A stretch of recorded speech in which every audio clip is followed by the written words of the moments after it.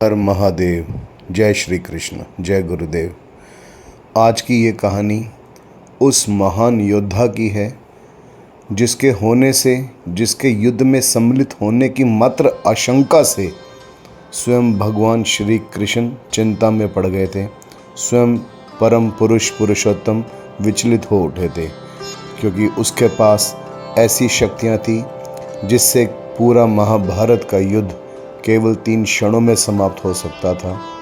पूरे महाभारत का युद्ध 3 क्षणों में समाप्त होने की वजह से ही भगवान श्री कृष्ण की वो लीलाएं रुक जाती जो वो करना चाहते थे। पूरा का पूरा धरती का भार एक तरफ हो जाता। तो क्या किया भगवान कृष्ण ने उस योद्धा के साथ, और कैसे उसकी परीक्षा ली, और कैसे उस परीक्षा में वो योद्धा उस पराकाष्ठा को भी पार कर गया जिसमें भक्ति, शक्ति, समर्पण सब कुछ सम्मिलित था।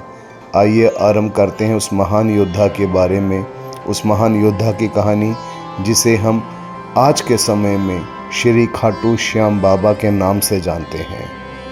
तो एक बार जय श्री कृष्ण कमेंट बॉक्स में अवश्य लिखें। महाभारत का युद्ध आरंभ ही होने वाला था कि भगवान श्री कृष्ण एक एक करके सभी महान योद्धाओं के पास गए। पितामह भीष्म, गुरु द्रोणाचार्य, सूर्यपुत्र कर्ण और धनुर्धारी अर्जुन, एक एक से पूछा। किसी ने बोला कि मैं युद्ध 3 दिनों में समाप्त कर सकता हूँ, तो किसी ने बोला 8 दिनों में, किसी ने बोला कि 22 दिनों में, अर्जुन ने बोला 23 दिनों में। और फिर अंत में भगवान श्री कृष्ण गए उस महान योद्धा बर्बरीक के पास। बर्बरीक महाबलशाली भीम के पुत्र घटोत्कच का पुत्र था। उन्होंने बर्बरीक से पूछा कि पुत्र बर्बरीक, तुम कितने दिनों में युद्ध समाप्त कर सकते हो? बर्बरीक ने उत्तर दिया, भगवान आप दिनों की बात करते हैं, मैं मात्र 3 क्षणों के अंदर संपूर्ण युद्ध समाप्त कर सकता हूँ। भगवान श्री कृष्ण ने कहा, पुत्र मुझे इसका वर्णन बताओ, इसका चमत्कार बताओ कि तुम ये कैसे संभव कर सकते हो। बर्बरीक भगवान श्री कृष्ण को एक युद्ध के मैदान के बाहर ले गया, जहाँ पे एक बहुत घना पेड़ था। उस पेड़ को उसने अंकित करा अपने पहले बाण से। सारे के सारे पत्ते उस एक बाण से चिन्हित हो गए, सिलेक्ट हो गए, जिसे हम अंग्रेज़ी में कहें। और तभी भगवान श्री कृष्ण ने चुपके से एक सिलेक्टेड पत्ता अपने पाँव के नीचे छुपा लिया। बर्बरीक ने दूसरा बाण मारा, दूसरे बाण से सारे के सारे पत्ते आपस में बंध गए, और अदृश्य रूप में जो उनके पाँव के नीचे पत्ता था वो भी बंध गया। तीसरा पत्ता कैसे हुआ? तीसरा बाण जैसे ही बर्बरीक ने मारा, पूरा का पूरा वो वृक्ष जल उठा, और भगवान श्री कृष्ण के पाँव की ओर वो बाण आकर रुक गया। भगवान श्री कृष्ण की योग माया की शक्ति से वो बाण तो रुक गया, किंतु वहीं तुरंत योग माया प्रकट हुई, और योग माया ने भगवान श्री कृष्ण से प्रार्थना की कि आपने मेरा वरदान झूठा कर दिया। मैंने बर्बरीक को वरदान दिया था कि इन 3 बाणों से वो किसी का भी संहार कर सकता है। तब भगवान श्री कृष्ण ने अपना पाँव उठाया और फिर वो बाण उस अंतिम पत्ते को भी भस्म कर दिया। तो इस प्रकार माँ देवी का वो वरदान पूरा हुआ। और इसी तरह भगवान श्री कृष्ण ने भी महामाया, योग माया से बोला कि मेरे इस शरीर का ये भाग, ये पाँव आज से बहुत ही निर्बल रहेगा, और यही मेरे इस देह को त्यागने का कारण बनेगा। तभी हम सबको पता है कि भगवान श्री कृष्ण के पाँव में एक बहेलिये ने तीर मारा, एक मृग की आंख समझ के, और भगवान श्री कृष्ण ने उसी समय अपनी देह का त्याग किया।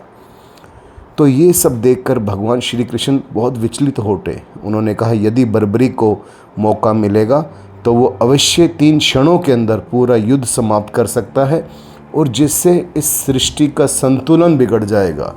जिन वीर योद्धाओं को वीर गति प्राप्त होनी चाहिए वो नहीं हो पाएगी। उन्होंने बर्बरीक से बोला, बर्बरीक तुम मुझे अपना गुरु भी मानते हो, तो आज मैं तुमसे गुरु दक्षिणा मांगता हूँ। बर्बरीक ने सहर्ष स्वीकार किया कि हे गुरुदेव, आप स्वयं परम पुरुष परमात्मा हैं, भगवान हैं, बताइए मैं क्या कर सकता हूँ आपके लिए। भगवान श्री कृष्ण ने उनसे उनका शीश मांगा। तो बर्बरीक ने बिना कुछ सोचे समझे अपने गुरु के चरणों में, बर्बरीक के गुरु एक पहले भी हो चुके थे जिन्होंने उनको मंत्र सिद्धि दी थी, लेकिन भगवान कृष्ण बर्बरीक के आध्यात्मिक गुरु बने। तो उस आध्यात्मिक गुरु के चरणों में बर्बरीक ने अपना शीश काट के दे दिया।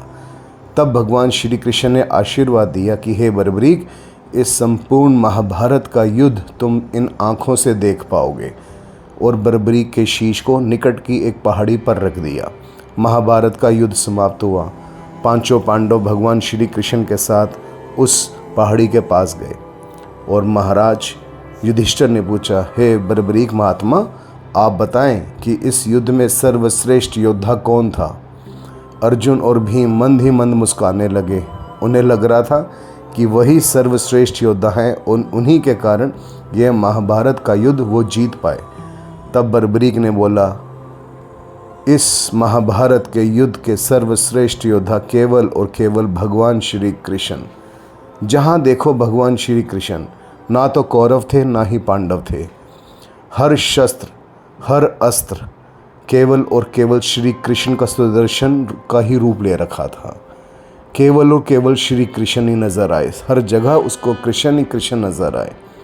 ना तो अर्जुन नज़र आए, ना कर्ण, ना भीष्म, ना द्रोण, केवल और केवल कृष्ण। ये थी बर्बरीक की उस महान भक्ति की पराकाष्ठा कि जब एक साधक को, एक व्यक्ति को, एक भक्त को हर वस्तु के अंदर प्रति क्षण केवल परमात्मा ही परमात्मा नज़र आते हैं।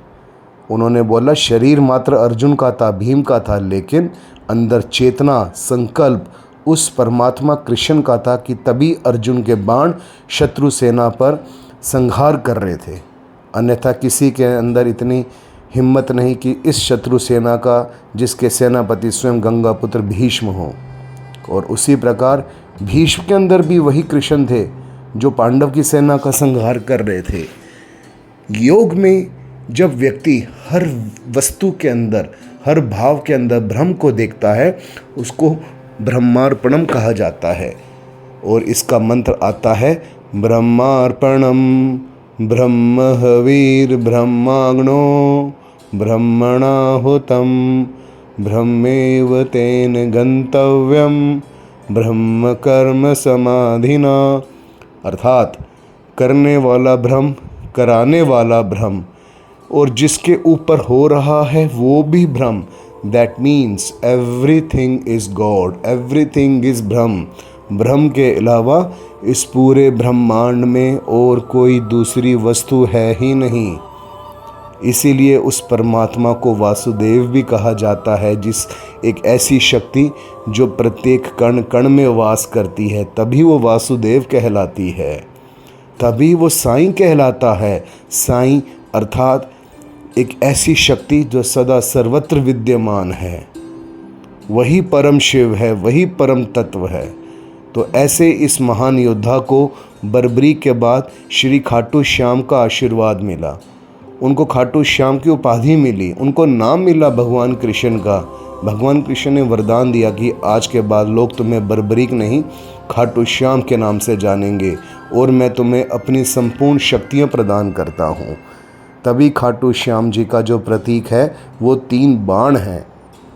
तो खाटू श्याम जी की इस सुंदर कहानी से यही सीख मिलती है कि गुरु परमात्मा जीवन में यदि अपना बलिदान भी चाहे मांगने को, तो मनुष्य को बलिदान रूपी अपना अहंकार उसी समय समर्पित कर देना चाहिए। क्योंकि कलयुग के अंदर मनुष्य का सबसे बड़ा शत्रु उसका अहम है, उसका अपना अहंकार, उसकी अपनी ईगो। और आज के समय में भी अपने अहंकार को झुकाना एक बहुत बड़ी बात होती है, बहुत बड़ी बात होती है। यहाँ पे सर कटाने का अर्थ है अपने अहंकार का दमन करना। आइए हम सभी उस परम पुरुष परमात्मा भगवान श्री कृष्ण को सादर नमन करें और ज़ोर से बोलें, हरे कृष्णा।